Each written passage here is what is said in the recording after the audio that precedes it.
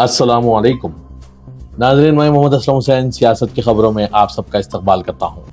آج 25 جون 2026 ہے۔ اسلامک تاریخ کے حساب سے آج 9 محرم 1448 ہجری ہے۔ پیش ہے آج کی کچھ اہم خبریں۔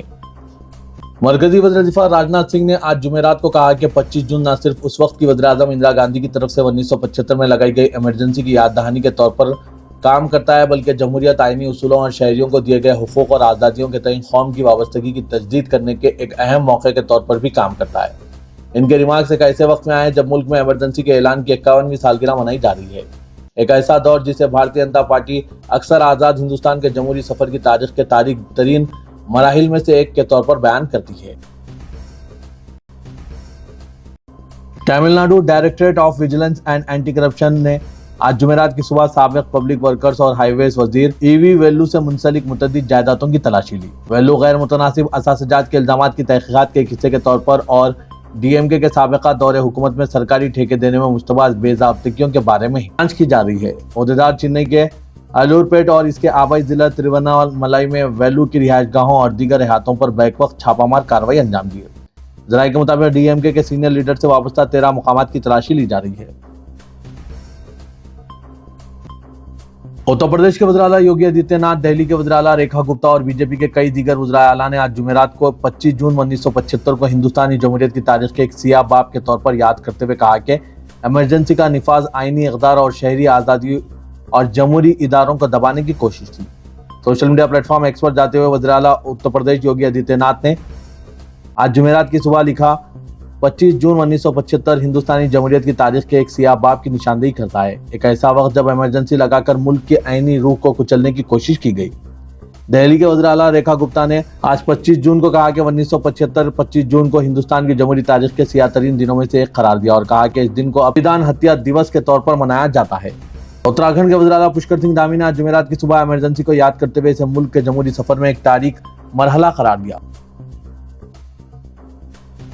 جرمنی میں قائم فنڈنگ ایجنسی KfW کی جانب سے پہلے کی خریداری کے عمل کو منسوخ کرنے کی منظوری کے بعد تمل ناڈو حکومت نے مجموعی لاگت کے معاہدے ماڈل کے تحت چنئی، مدورائی اور کومبتور کے لیے 500 الیکٹرک بسوں کو شامل کرنے کے لیے ایک نیا ٹینڈر پیش کرنے کی تجویز پیش کی۔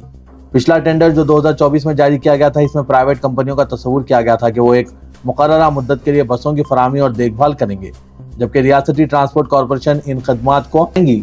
تاہم ٹرانسپورٹ ڈپارٹمنٹ نے اس سال مارچ میں ٹینڈر کو منسوخ کرنے کی کوشش کی اور KfW جو اس منصوبے کو فنڈ فراہم کر رہا ہے، اسے 18 جون کو درخواست کو منظور کیا گیا۔ اب منسوخی کی منظوری کے بعد محکمے نے KfW کو ایک تجویز پیش کی جس میں GCC ماڈل کے تحت اس منصوبے کو لاگو کرنے کی منظوری حاصل کی گئی۔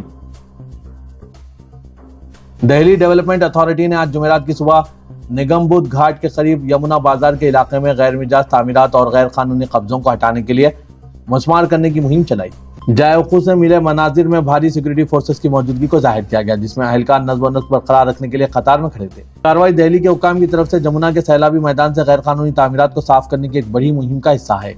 8 مئی کو دہلی حکومت نے ڈیزاسٹر مینجمنٹ ایکٹ 2005 کے تحت سیلاب کے خطرے اور عوامی تحفظ کا حوالہ دیتے ہوئے پرانی دہلی میں یمنا کے سیلابی میدان کے قریب رہنے والے لوگوں کو بے دخلی کے نوٹس جاری کیے تھے۔ ملک کی مختلف ریاستوں میں مساجد، مدرسوں اور مزارات پر بلڈوزر چلانے کے سرکاری رجحان کو تشویشناک قرار دیتے ہوئے ملک کی اہم تنظیم association for protection of civil rights APCR نے اسے مذہبی آزادی اور آئینی حقوق کے لیے خطرہ قرار دیا۔ اس نے اس ضمن میں جواب دہی طے کرنے اور قانونی کارروائی کا مطالبہ کیا ہے۔ ایک نیوز پورٹل کے مطابق ہندوستان میں مساجد کا انہدام اور مذہبی آزادی پر حملے کے عنوان سے پریس کلب آف انڈیا میں منعقدہ کانفرنس میں وکلاء، سابق اراکین پارلیمان، سماجی کارکنوں اور مذہبی قائدین نے ہر حال میں قانونی لڑائی جاری رکھنے کی ضرورت پر زور دیا۔ کانفرنس سے سابق مرکزی وزیر اور سینئر وکیل سلمان خورشید، سابق رکن پارلیمان محمد ادیب، جماعت اسلامی ہند کے نائب صدر ملک محتشم خان، دہلی اقلیتی کمیشن کے سابق چیئرمین ظفر الاسلام خان، مصنفہ اور سماجی کارکن ڈاکٹر سیدہ حمید، انسانی حقوق کے علمبردار جان دیال، SPCR کے قومی سیکریٹری ندیم خان اور سید سعادت علی اور ریاست علی جیسے وکلاء نے خطاب کیا۔ نئی دہلی میں جاری احتجاج کے دوران کاکروچ جنتا پارٹی کے بانی ابھیجیت دیپکے نے مرکزی وزیر تعلیم دھرمیندر پردھان کی جانب سے CJP یعنی کاکروچ جنتا پارٹی کو دہشت گردوں کی B ٹیم قرار دینے پر سخت رد عمل ظاہر کیا۔ انہوں نے کہا، کیا ہمیں دہشت گرد کہنے میں آپ کو شرم نہیں آتی؟ ابھیجیت دیپکے نے نیٹ امتحان کے پرچہ لیک اور اس سے جڑے معصوم جانوں کے واقعات کا حوالہ دیتے ہوئے حکومت پر تنقید کی اور الزام لگایا کہ پارٹی کو خاموش کرانے کی کوشش کی جا رہی ہے۔ सिंधी बरादरी की जानिब से राम मंदिर को दान की गई चांदी की 200 ईंटों की तफसीलात और रसीद का मुतालबा बरादरी की जानिब से किया गया। कहा जा रहा है कि अतिये के वक्त इस चांदी की कीमत तकरीबन 1.5 से 2 करोड़ रुपए है। ये मुतालबा ऐसे वक्त में सामने आया जब अतियात में मुबैना हेरा फेरी के इल्जामात के बाद योगी हुकूमत ने SIT के जरिए जांच का हुक्म दिया। बिजनेस टुडे की रिपोर्ट के मुताबिक doctor Rajiv V Manwani, chairman और managing director Castles group of companies ने बताया कि सिंधी बरादरी ने जनवरी 2021 में राम मंदिर ट्रस्ट को चांदी की 200 ईंटें अतिया की थी, जिनमें हर ईंट का वजन 1 किलोग्राम था। ये ईंटें 26 जनवरी 2021 को अयोध्या में चंपत राय के हवाले की गई। मनवानी के मुताबिक दान के वक्त अतिया दहिंदगान को कोई रसीद नहीं दी गई थी। इन्हें बताया गया था कि पहले चांदी की जांच की जाएगी, फिर फैसला किया जाएगा कि इसे कहां और किस मकसद के लिए इस्तेमाल करना है। उन्होंने कहा कि मुबैना बेज़ाब्दगी की खबरें सामने आने के बाद सिंधी बरादरी को तशवीश लाहक हो गई है। उत्तर प्रदेश के बरेली जिले में मुहर्रम के जुलूस से पहले माहौल खराब करने की एक बड़ी साजिश को नाकाम बना दिया गया। बरेली पुलिस ने जिस तरह से इस केस का पर्दाफाश किया है, इससे सबको चौंका दिया है।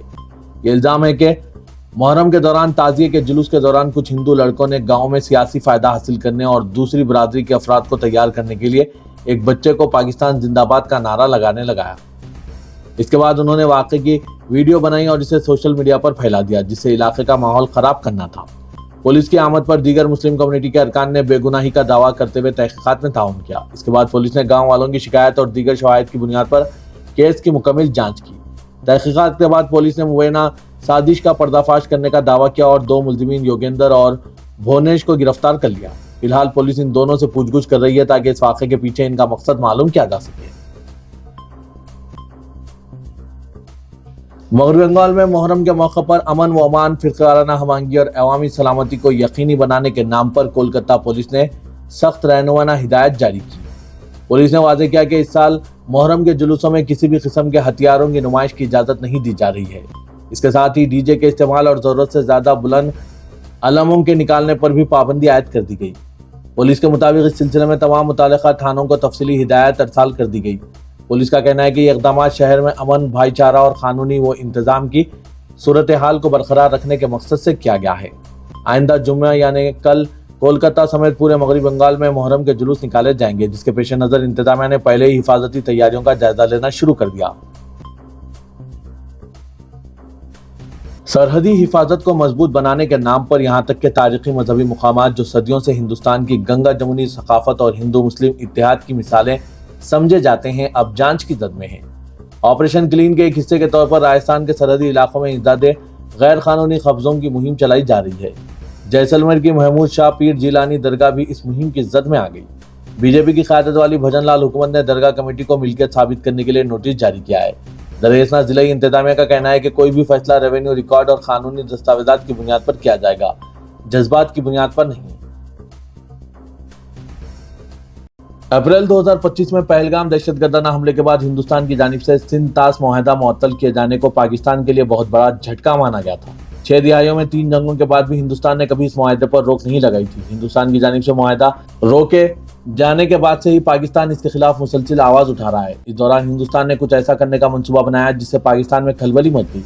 हाल ही में हिंदुस्तान के आबी वसाइल के वजीर CR पाटिल ने एक बयान में कहा कि जून 2028 तक पाकिस्तान की तरफ जाने वाला पानी बंद हो सकता है। इनका कहना था कि इस बात पर काम चल रहा है कि पाकिस्तान को पानी का एक खतरा भी ना जाने पाए। इस बयान से घबराए पाकिस्तानी वज़ीर दिफा ख्वाजा आसिफ ने हिंदुस्तान को जंग की धमकी तक दे दी। आसिफ ने कहा कि अगर हमें लगेगा कि हमारी कौमी सलामती को खतरा है तो हम जंग करेंगे।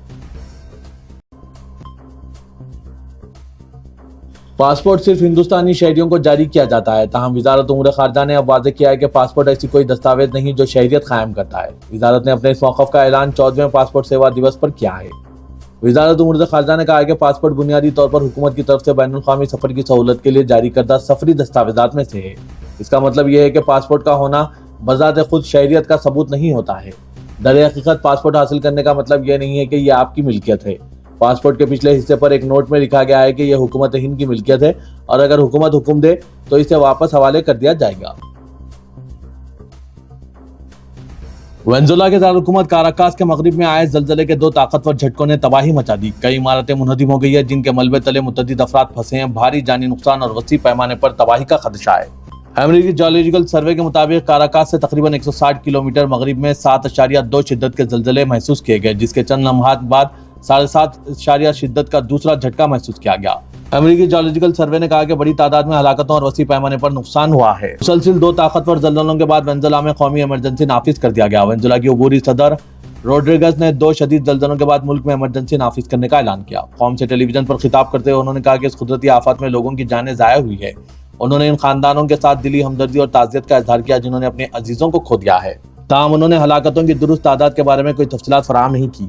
दूसरी तरफ आज जुमेरात की सुबह जापान के शुमाली साहिल के करीब एक ताकतवर ज़लज़ला आया। जापान की मौसमियाती एजेंसी के मुताबिक ज़लज़ले की इब्तिदाई शिद्दत 6.9 रिकॉर्ड की गई और इसका मुबदा आइवेट के मशरकी साहिल के करीब था। तेलंगाना के वज़ीर आला रेवंत रेड्डी ने तेलंगाना में आज 25 जून से शुरू हो रहे SIR मुहिम के सिलसिले में किसी भी गफलत के खिलाफ अरकान असेंबली और पार्टी कायदीन को इंतबाह देते हुए कार्रवाई की धमकी दी। SIR मुहिम के सिलसिले में आज कांग्रेस पार्टी का जूम इजलास मुनक्किद हुआ। वज़ीर आला के अलावा सदर प्रदेश कांग्रेस महेश कुमार गौड़, इंचार्ज तेलंगाना मीनाक्षी नटराजन, अरकान पार्लियामेंट व असेंबली और असेंबली हल्काजात के इंचार्जेस ने हिस्सा लिया। चीफ मिनिस्टर ने पार्टी कायदीन को सख्त हिदायत दी और कहा कि SIR एक संगीन मसला है और इस पर किसी किस्म की लापरवाही बर्दाश्त नहीं की जाएगी। वज़ीर आला ने कहा कि वज़रा, अरकान असेंबली, अरकान पार्लियामेंट और हल्काजात के इंचार्जेस को SIR के मामले में मज़ीद चौकसी का मुजाहरा करना होगा। उन्होंने अफसोस का इजहार किया कि बाज़ कायदीन SIR मुहिम के मामले में संजीदा दिखाई नहीं दे रहे हैं और इनकी गफलत से पार्टी को नुकसान हो सकता है।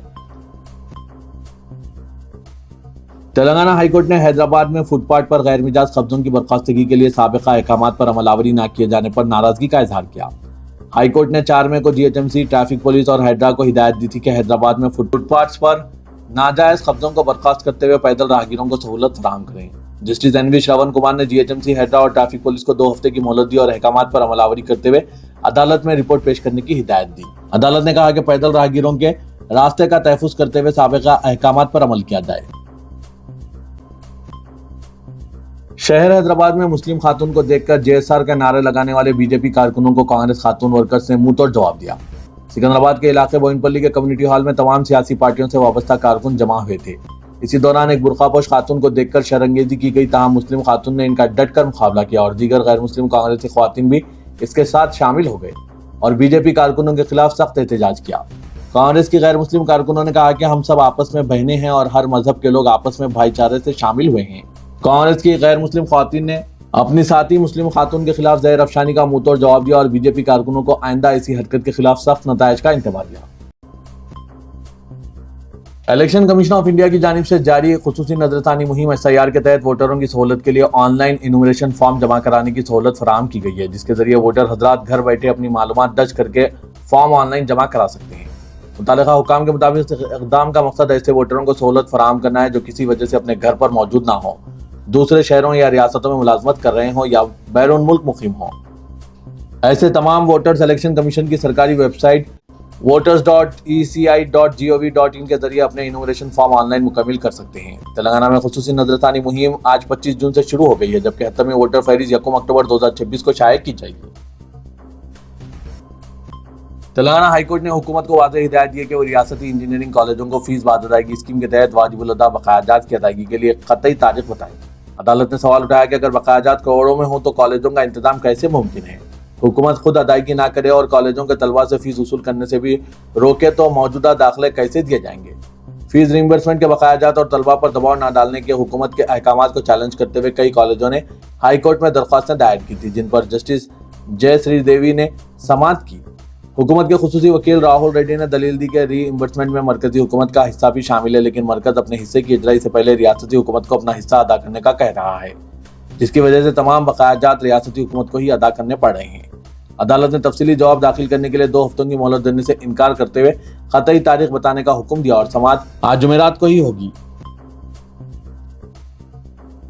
सदर मजलिस इत्तेहादुल मुस्लिमीन और रुकन पार्लियामेंट हैदराबाद असदुद्दीन अवैसी ने मध्य प्रदेश के चीफ मिनिस्टर मोहन यादव के खानदान की जानिब से 45 करोड़ रुपए में 168 एकड़ जमीन खरीदी की खबरों पर इन्हें निशाना बनाए जाने पर कहा कि मध्य प्रदेश के बीजेपी के चीफ मिनिस्टर मोहन यादव जी के एहतराम में अखिलेश भैया मैदान में आ गए। एक भाई बस अपना फर्ज निभा रहे हैं। उत्तर प्रदेश में आए दिन मुसलमानों को निशाना बनाया जाता है, इन पर झूठे इल्जाम लगाकर इन्हें जेल भेजा जाता है। अखिलेश यादव इनके लिए कभी कुछ इज़हार ख्याल नहीं करते, लेकिन बीजेपी के एक चीफ मिनिस्टर के लिए इन्हें कितनी हमदर्दी है। इससे यह जाहिर होता है कि समाजवादी पार्टी का समाजवाद नहीं, असल में यादव समाजवाद है। تلنگانہ اسٹیٹ وقف بورڈ کے بعض معاملات میں مبینہ بے ضابطگیوں اور بدعنوانی کی تحقیقات کے لیے ایک اعلیٰ سطحی انکوائری کرانے کی درخواست وزیر اعلیٰ تلنگانہ اے ریونت ریڈی کو پیش کی گئی۔